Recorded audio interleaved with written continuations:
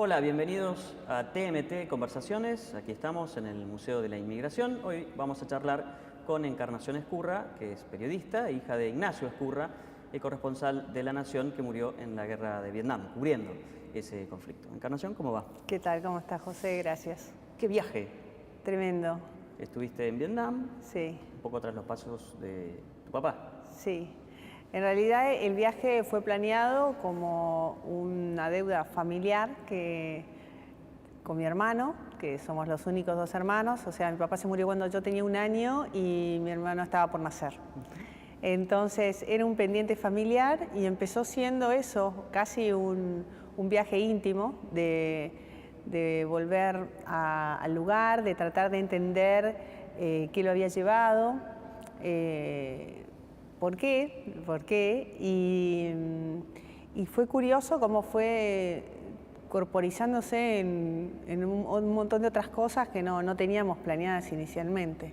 En primer lugar, nosotros sabíamos que nos fuimos enterando, en realidad, a medida que empezamos a planear el viaje, que existía un museo de guerra en Saigón, que tenía 133 periodistas registrados, muertos, y que estaban sus nombres y el registro de sus fotos ahí. Y entonces dijimos, bueno, no había ningún latinoamericano y obviamente ningún argentino.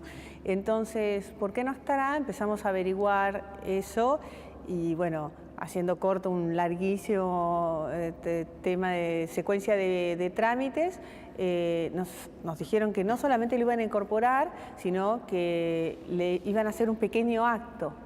Mientras nosotros estuviéramos ahí, exactamente el 8 de mayo, que era la fecha, se cumplían los 50 años que él se había muerto ahí, que Ignacio había muerto ahí.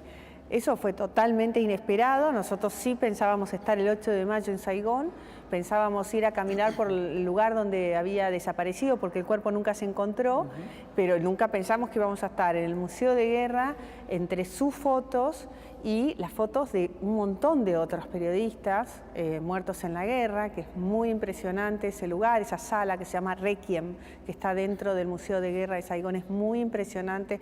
Para los periodistas, además, es muy impresionante porque es un reflejo de la guerra y que además le cobró la vida a los que la sacaron a las fotos, ¿no? Y eso se fue agrandando. Después hubo otra segunda, digamos, consecuencia inesperada, fue que La Nación, que es el medio para el que él trabajaba, decidió darlo a conocer. El día que yo me iba, me preguntó si yo podía escribir una nota desde allá y bueno, y eso también le dio una difusión pública que nosotros, por suerte estábamos allá y no acá, tampoco esperábamos. Esas fue, digamos, las dos inesperadas. Inicialmente era solo un viaje familiar. Y una tercera es que vos lo fuiste contando en las redes sociales, particularmente en Facebook, así Sí. que muchos compartimos de alguna manera también ese viaje. Es cierto. El tema de compartirlo, yo no suelo postear nada personal, jamás. No hay fotos de mis hijos, jamás pongo. Yo en esto tenía una necesidad de contarlo. Primero por una necesidad muy práctica, que es que somos una familia muy grande, no nosotros dos, que somos solo 2 hijos, pero mi papá era el tercero de 12. Y entonces tengo muchos tíos, muchos primos, y entonces había una facilidad de postearlo y entonces que se enteren todos. Todos se enteraban simultáneamente. Sí, se enteraban y las conversaciones eran más organizadas que en WhatsApp, donde los comentarios quedan arriba y no podía. Entonces era una forma de simplificar. Y después encontré ahí, traté de no ponerlo demasiado melodramático, pero traté de contar ahí que no era tampoco no era inicialmente el propósito de transmitir lo que iba pasando, realmente en lo que iba pasando. Traté de ser muy honesta, que a veces hay una fachada en las redes o en cualquier medio, pero acá traté de ser honesta y contar un poco lo que yo iba viendo y lo que iba pasando en el momento que iba pasando. Es cierto, eso tiene una frescura especial. No lo volví a leer, pero creo que si lo vuelvo a leer voy a volver a sentir lo que pensaba en ese momento. Y hay un poco ahí casi te diría un formato, ¿no? Que es tras los pasos de, y esto es tras los pasos de tu padre. Sí, nosotros sí extendimos eso un poco más. Primero porque había lugares a que no valía la pena llegar, que era la frontera de Laos o remontar el Mekong hacia Camboya. No tenía mucho sentido porque ya no son bases de guerra y todo. Pero sí pudimos ir al norte, que es donde él no pudo ir porque él estaba en el sur y bueno, y claramente no había posibilidad de pasar de frontera. Y como el norte ganó la guerra, nosotros queríamos entender lo que estaba pasando, cómo eran los del norte, y al último lugar que fuimos fue a Saigón. O sea, tratamos de recorrer lo más posible antes de pisar Saigón. Queríamos sacarle el barniz lo más posible, imposible, fue una idea peregrina, pero lo más posible el barniz de asombro, impacto inicial de estar en Oriente, de un idioma diferente, la cosa turística si querés, para estar más permeables a lo que pasara ahí, sobre todo cuando fuéramos a Cholón, que era para nosotros el lugar que queríamos pisar, como si fuera Tierra Santa para los religiosos, era el lugar que queríamos estar. Y bueno, no creo que hayamos llegado tan asépticos o tan naturalizados como esperaba cuando lo planeé, pero sí, sin duda, estábamos más cómodos. ¿Y cómo volvieron? ¿Cómo volvimos? ¿Volvieron cambiados? ¿Cómo eran las conversaciones allá entre ustedes? Sí. Bueno, obviamente hay conversaciones y creo familiares que salen y no solamente conversaciones, sino evidencias. Pero si yo tuviese que hacer un balance, también pondría otras cosas, además del registro personal y familiar del asunto. Pero pondría en dos niveles. Uno más macro, que es Vietnam. ¿Qué es Vietnam? Es una cosa difícil de entender, un país que crece al 6-8%, que ha pasado guerras, centenares de guerras, porque estuvieron contra los chinos, japoneses, franceses. Los de la guerra con Estados Unidos, como ellos llaman a la guerra de Vietnam, es la última de una serie. Después ellos siguieron en guerra con Camboya. O sea, para nosotros la guerra terminó en el 75 porque fue la caída de Saigón. Pero ellos después siguieron en guerra con Camboya y tuvieron una gran hambruna que mató un montón de gente también. Entonces, llegar a un país que es 2 veces alta, para que te ubiques de tamaño, y tiene 94 millones de habitantes. Además es un ensopado, ¿no? Porque está lleno de agua, o sea que la parte...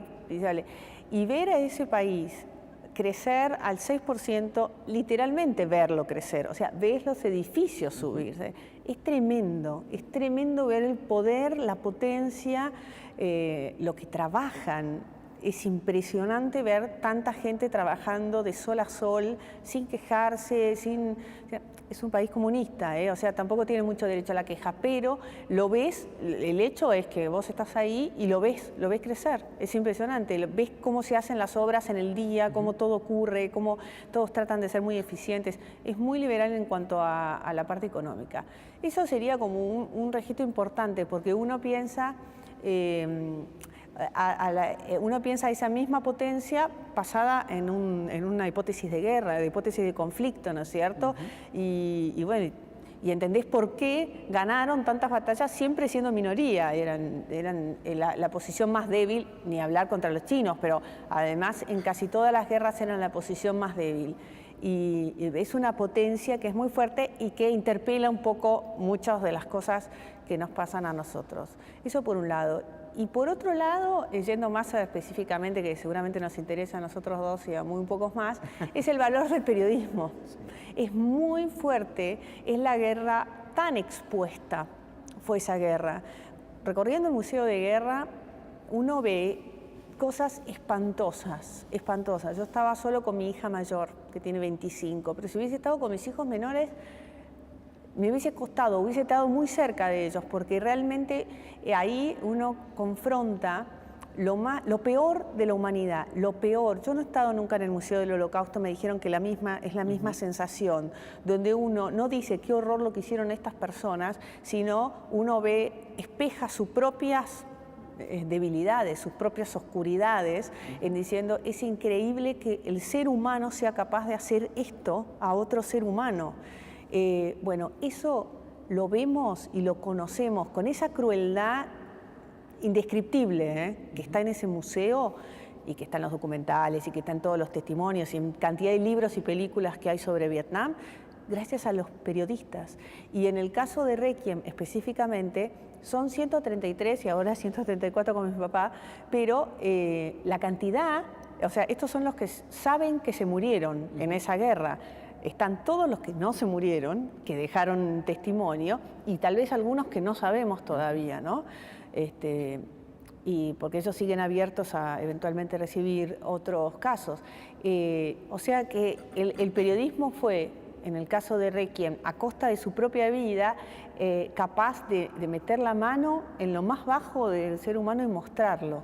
Y la verdad es que muchas de las opiniones y de los juicios que nosotros hoy tenemos de la guerra y de las guerras, porque esa guerra justamente fue un punto de inflexión en las guerras, ahora lo sé, tal vez antes no lo sabía tanto, ahora después de haber conversado con tantas personas y haber leído, me doy cuenta de lo que significó en cuanto a las guerras específicamente y en cuanto a la labor del periodismo dentro de las guerras, ¿no? Acá tenían carta blanca para entrar a donde quisieran, podían fotografiar lo que sea, estaban totalmente abiertos y tenían los medios para llegar. Y estaban completamente expuestos. Totalmente expuestos y se generó una competencia, por lo que hemos podido describir, entre los periodistas, había muchos periodistas, era el foco del mundo.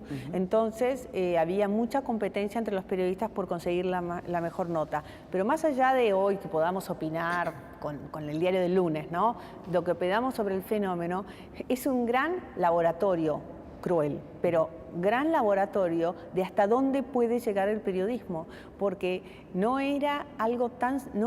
Hay fotos de cronistas de guerra que sí, que iban por un bando o por otro y daban cuenta de lo que querían, el relato que estaban apoyando, pero había muchísimos que no. Hay testimonios, en ese museo se ve testimonios de periodistas americanos que habían ido con el ejército americano, es más, tenían uniforme norteamericano y que contaban cosas espantosas del mismo ejército que los estaba amparando en esa guerra.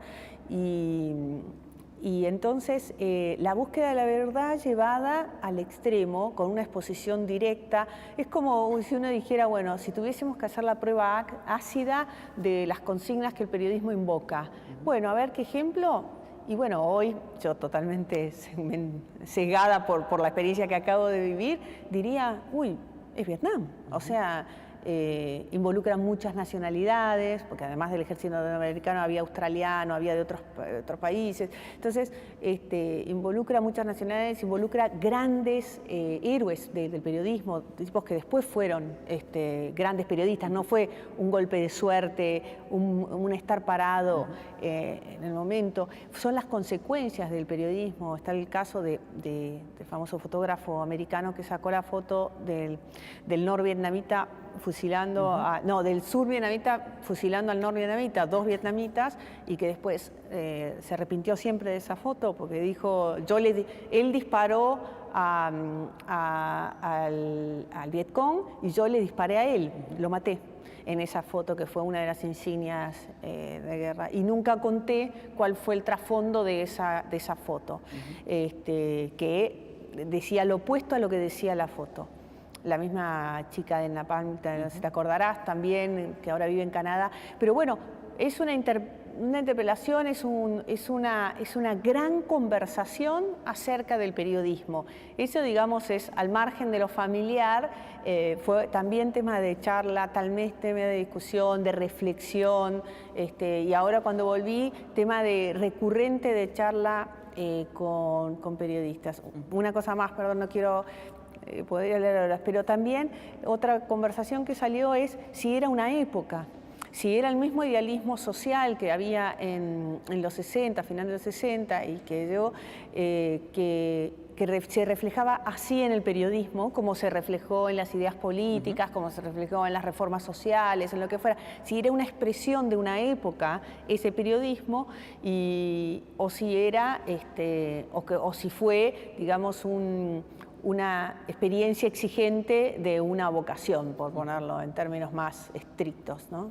Encarnación, quiero que repasemos un poco los pasos de Ignacio, cuándo fue, cuánto tiempo estuvo, en qué lugares estuvo en Vietnam, pero lo vamos a hacer después de este corte.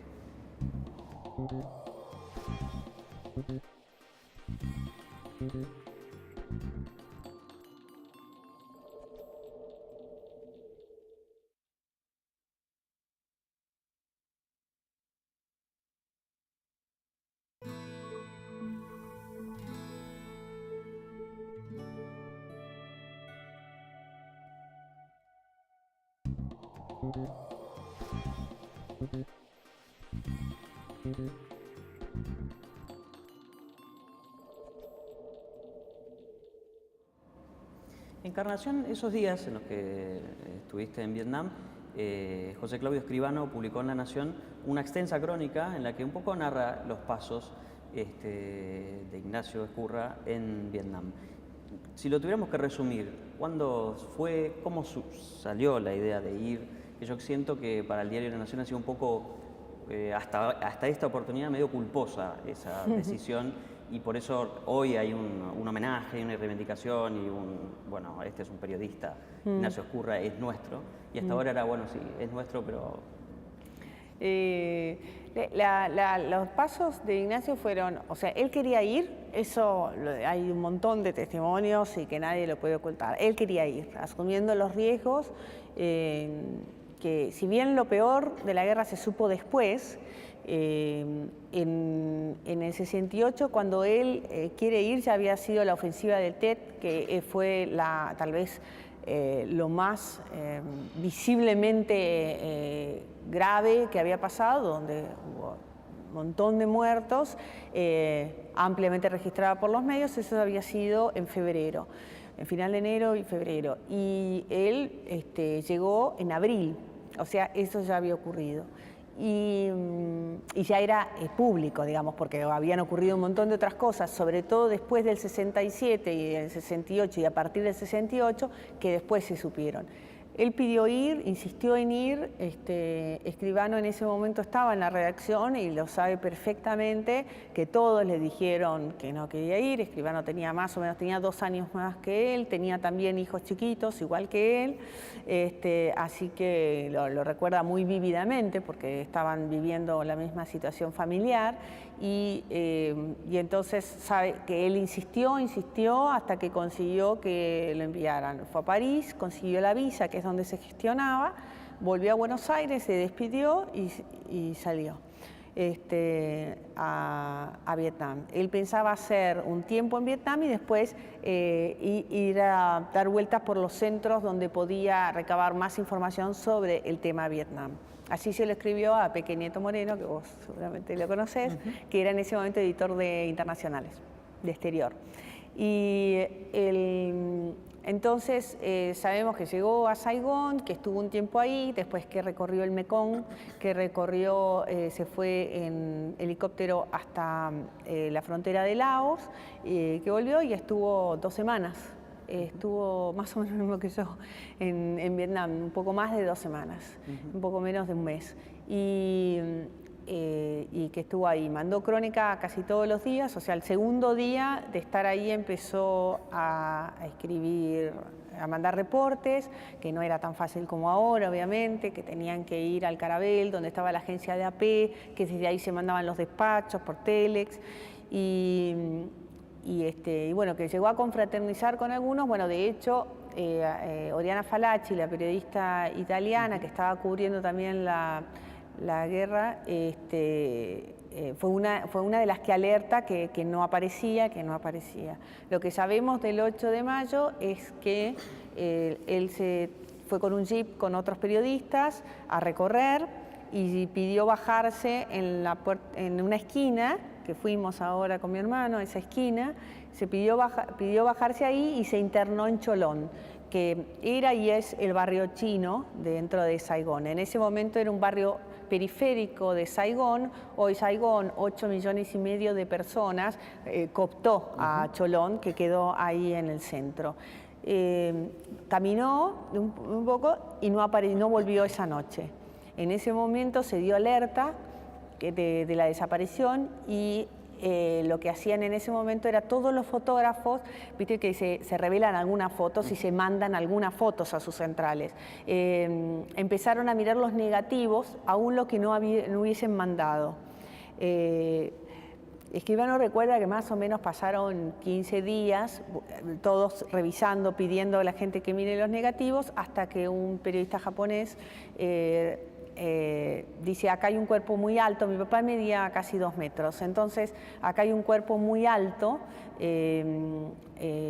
lo voy a mandar, lo manda a La Nación lo reproduce en tamaño natural y sobre eso se hace el reconocimiento. Cuando manda él la foto, van al lugar, recorren Cholón y ya no lo encuentran, así que posiblemente esté enterrado por ahí en alguna fosa.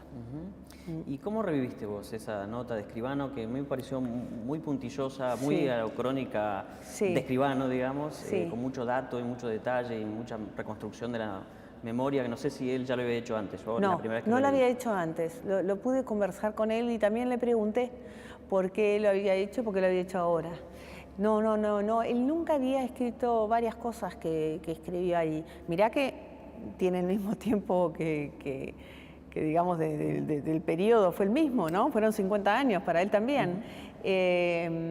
Y él, la explicación me dijo por qué, me dijo es porque creía que era el momento en que se tenía que reflejar en un diario. Vos sabés lo que significa para él reflejar las cosas en un diario, ¿no? No es Facebook, no, es el diario.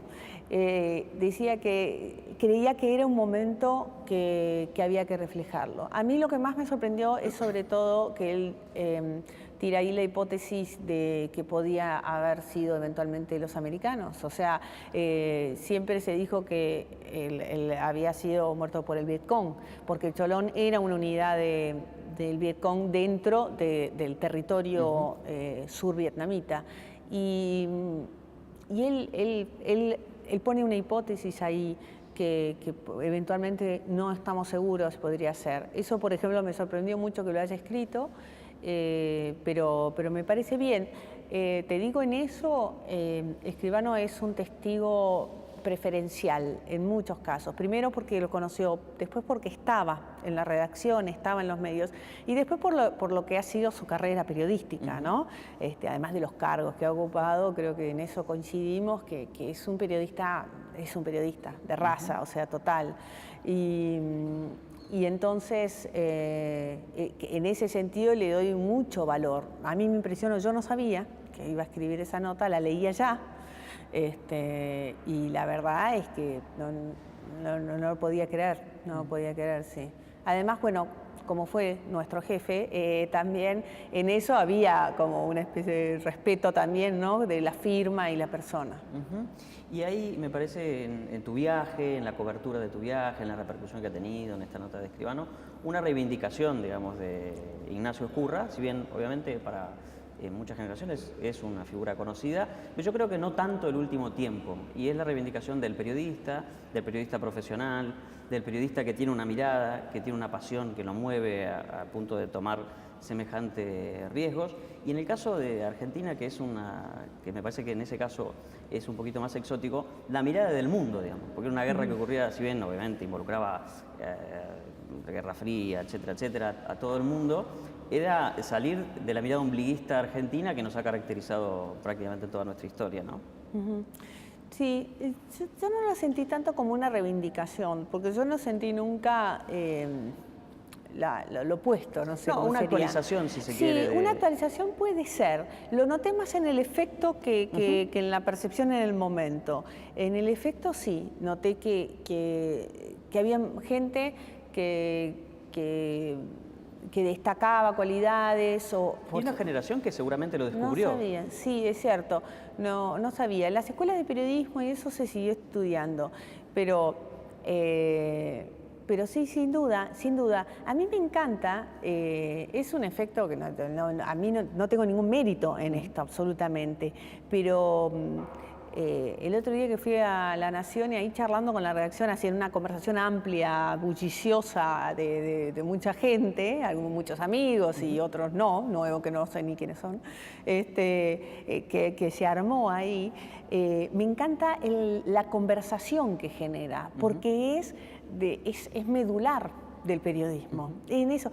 Y ahí salió la conversación si era expresión de una época llevada al periodismo, o sea, pero donde deja de ser la persona de Ignacio Ezcurra, que justo estaba ahí y tuvo la mala pata de estar en ese momento, en ese lugar y que le llegaba la bala, digamos, pero expresa, canaliza, si querés, lo mejor del periodismo. Y en esa conversación salen cosas muy interesantes. Y ahí sí, eso es lo interesante, que actualiza. La figura de Ignacio sí puede ser, pero actualiza esa conversación sobre, para esto éramos periodistas. Es una pavada decirlo, pero cuando uno encuentra una referencia, un eco, dice, cierto, era esto, ¿no? Y esa conversación me parece fascinante, fascinante porque saca lo mejor de la profesión, del oficio. Encarnación, la última pregunta y breve porque ya nos quedamos sin tiempo. Sí. ¿Este viaje terminó o es un viaje que sigue?